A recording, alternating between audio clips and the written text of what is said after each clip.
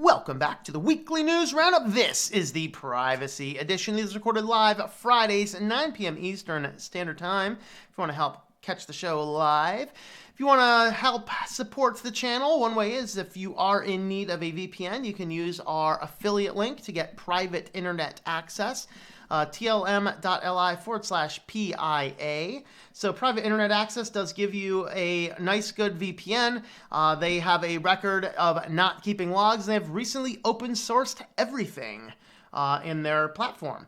So you can get a year of it for $40, and you can connect up to 10 simultaneous devices. That was up from like 4 or 5 up to 10 just recently. And so if you are in need of a VPN, definitely consider that one. And let's jump on into the news.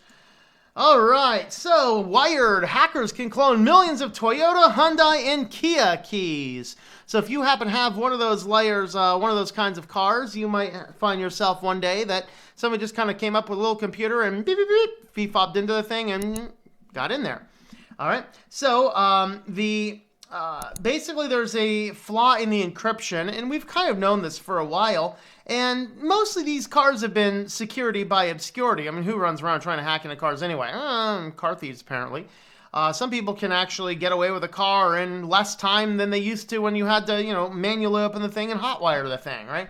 Now you can just beep, beep, beep, beep, beep, gets up, jump in and go. There you go. So there is a list of the models. So from 2009 to 2015 on Toyotas, 2012 up to 2017 on Kias, 2008 up to 2016 on the Hyundais. The items that are listed there on the screen. If you can't read it, you can head on over to switchedtolinux.com and you can get the list of the articles are on over there. So just be aware that hackers may be coming for your cars. And, this works with a vulnerability in the key fobs. Again, it's only really working on these particular ones. But, happens. Why not? All right, there is a secret sharing app called Whisper. It's been around for about 8 years, I think. Well, apparently it left all of the users. Now, they didn't actually collect people's names because Whisper never did, but they did collect all of their locations, all of their fetishes, and the geolocations, the addresses, just a bunch of other stuff. And this has all been on a publicly accessible database for a long time. Go leaky S3 colanders. All right, so it is supposed to be calls itself the safest place on the internet, left years of users' most intimate confessions exposed on the web tied to their age, location, and other details. Yeah, there you go. Data exposure discovered by the independent researchers and shown that the Washington Post allowed anyone to access all the location, data, and user information tied to anonymous Whisper's posts. To the popular social media act. It was not just the recent ones, it went back basically the whole range. So search of users who had listed their age as 15 returned 1.3 million results. So that's kind of exciting. Databases not being secured is a really big thing. So if you're hiring your lowest common denominator your contractors, make sure that they actually know how to secure a database on whatever data storage service you're using, all right? They did not include real names because Whisper doesn't do it, like I said, but it has age, ethnicity, gender, hometown, nickname, any membership groups, many of which are devoted to sexual confessions and discussion of sexual orientation and desires. Data also include the location coordinates of the user's last submitted post, many of which pointed back to specific schools, workplaces, and residential neighborhoods. Yeah, just be aware that when you're using these types of services, there's a very big chance these are leaking. It's like Snapchat. Do you really think that those messages are disappearing forever? No, they're not. They're being collected and archived somewhere, and somebody's going to get it and find it if they haven't already. I'm pretty sure they have, but anyway. This one's good. Virgin Media. Porn, gore, gambling habits, all aired in Virgin Media breach. So they say the information access was limited and some customers would beg to differ. So British telecom cable provider suffered a breach that allowed unauthorized access to customer data, some of which reportedly linked subscribers to pornography, gambling, and extreme violent content. All right, so this was hilarious, right? So look at this. The post said unauthorized access. And by the way, this is hilarious, guys. I just have to show you guys this. So this is a site that had all of this data leaked. If we go to open up this post and read it on their own website, they're going to block me from seeing it unless I enable cookies. I cannot view their blog post about their data breach without accepting and turning on cookies to their site. Way to go, morons. Way to be transparent. I can't even read your official post without giving you more data. How exciting. All right, so anyway, they said it was limited to, this is good. They say, this is not serious. Payment information wasn't taken. I reported on this last week. The working language now is payment information wasn't taken, so it wasn't a serious breach. My credit card numbers can be changed in 5 minutes if I suspect a breach. I could call the company up and be like, change the numbers, card breach. Gotcha, done, period. They said it was in a marketing database. Hey, there's a reason why I think marketing should be banned. Marketing database that included, quote, limited contact information, such as names, home, and email addresses, and phone numbers. 900,000 subscribers. Company went on to say the database contained no passwords or financial information. We need to start changing this language. Any unauthorized data is serious. We need to start realizing this. All right. Despite Virgin Media's characterization of the accessed data as limited contact information, Financial Times and BBC report that compromised data also included details of some 1,100 customers who had used an online form to request that specific websites be blocked or unblocked. Some of those offered involving pornography, gambling, and extreme gore videos. Hey, at least they were blocking some of it by default. But hey, people are like, hey, I really need my fetish. Unblock that for me. Hey, no problem, man. Well, apparently all those were leaked as well. All right, the record seen by the Financial Times shows the website was being blocked or unblocked, linked to the customer names and contact details. In some cases, that included parents asking for certain sites to be blocked to protect their children, and others using Virgin Media Unblock to demonstrate they weren't Virgin Media indeed. The ability of customers' data to opens up the 900,000 affected customers to spear phishing attacks in which scammers and malware attackers address a target by name or tailor the content of the email to personal details. Attackers often make emails appear to be from the company breaching the data. And this is another fun thing, it is like the whole, like the library email list I was talking about and all these other things. You get on these guys' marketing lists and you say, stop sending me email. Well, just click the link in the bottom. No, I'm not clicking a link in an unsolicited email. What am I, a moron?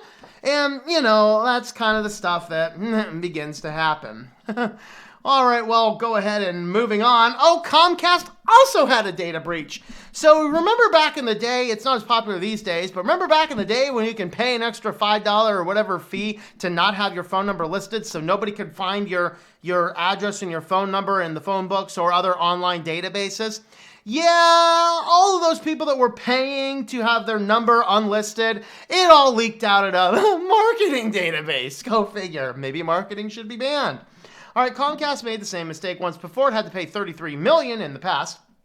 So they mistakenly published the names, phone numbers, and addresses of nearly 200,000 customers who paid monthly fees to make sure their numbers were unlisted. The names and numbers were made available on EcoListing, a directory run by Comcast and picked up by third-party directories. After discovering the mistake, Comcast shut down EcoListing gave a $100 credit to the affected customers. Oh, and they could change their phone number free of charge if they wanted to.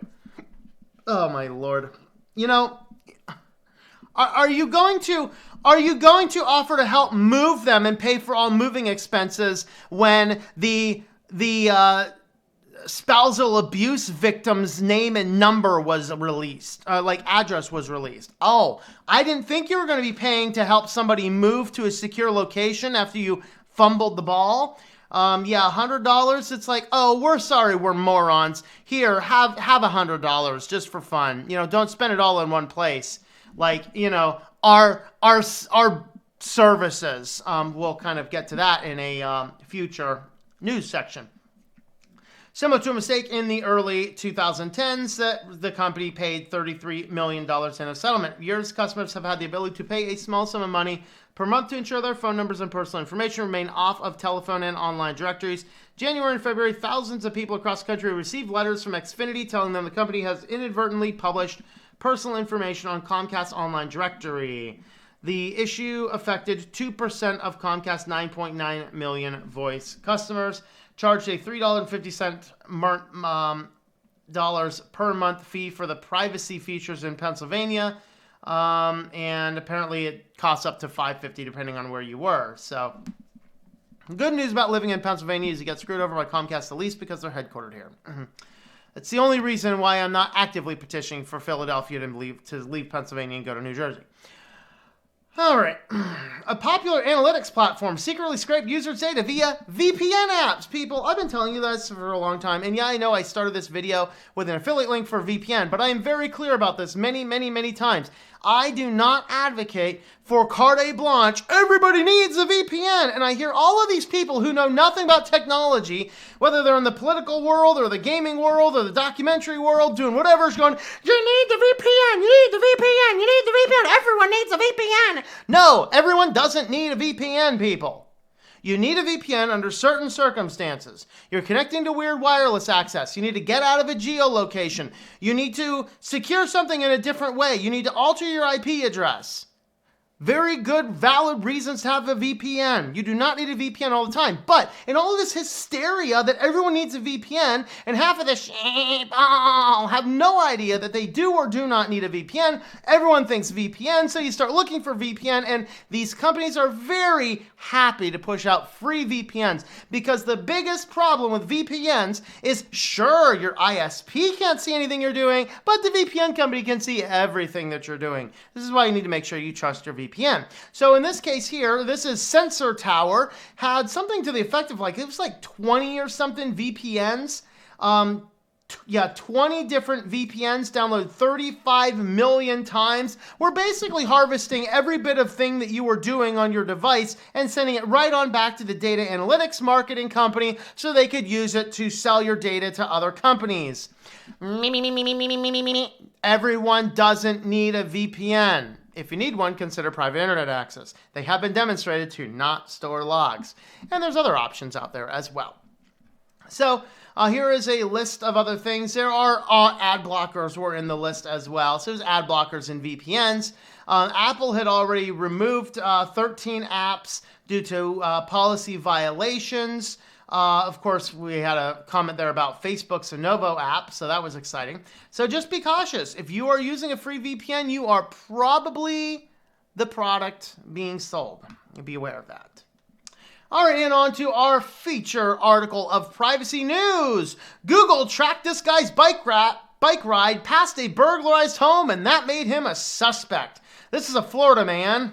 And he was basically doing training, utilizing an app to measure his distance and time and speeds and rates and all this. And, you run the same place. I do the same thing. I run on the same place nearly every day. Why? I know exactly the length. I know exactly start to finish how long is a mile, how long is 2 miles, how long is 3 miles. I know exactly what it is.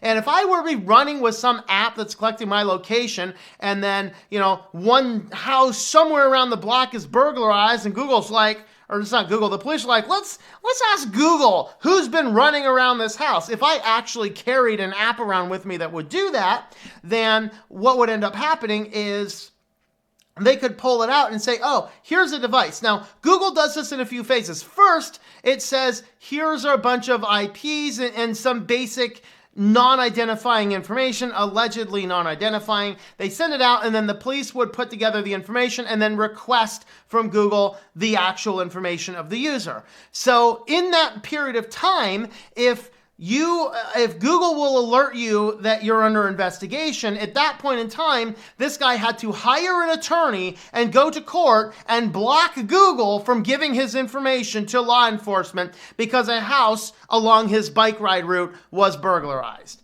People, stop using apps to connect to services. Stop it. If you've got to do something like that, go out to a Walmart, buy a $30 burner phone, and don't connect it to anything that's nearly remotely connected to you, and keep the thing powered off in a tinfoil box when you're not using it. All right?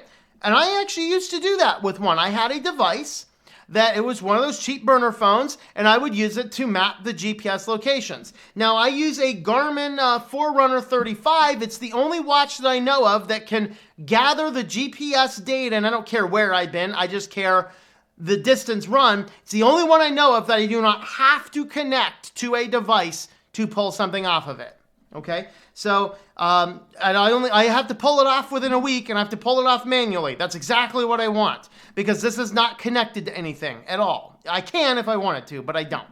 All right, so this guy, simply because he used an app to track his bike ride, made him a suspect for a burglary.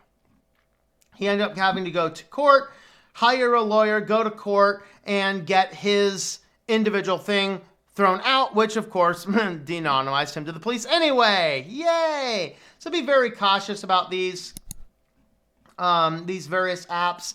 And we're kind of gonna start. Actually, is it? No. It's in our. We're gonna have another very similar item like this. Lord help us. In our smart tech section. Let's go ahead and wrap this one up here today. If you like the video, subscribe to the channel if you have not already. Go ahead and turn on that notification if that is something that you like to do, and leave some comments and some likes down below, and hope that you enjoy switching to Linux.